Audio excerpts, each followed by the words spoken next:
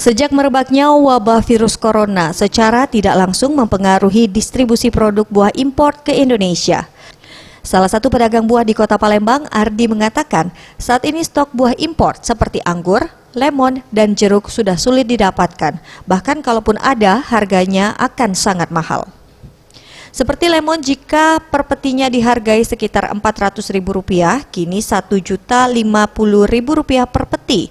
Selain buah impor, harga buah lokal pun juga mengalami kenaikan. Seperti apel hijau, kini Rp45.000 per kilogram, dari harga normalnya Rp40.000 per kilogram. Akibat dari langka dan tingginya harga buah impor maupun buah lokal, secara tidak langsung menyebabkan merosotnya jumlah pembeli. Tidak ada yang masuk deh.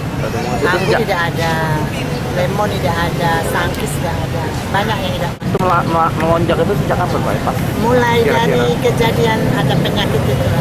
Sudah ada lonjakan. Tim Liputan, Sriwijaya TV.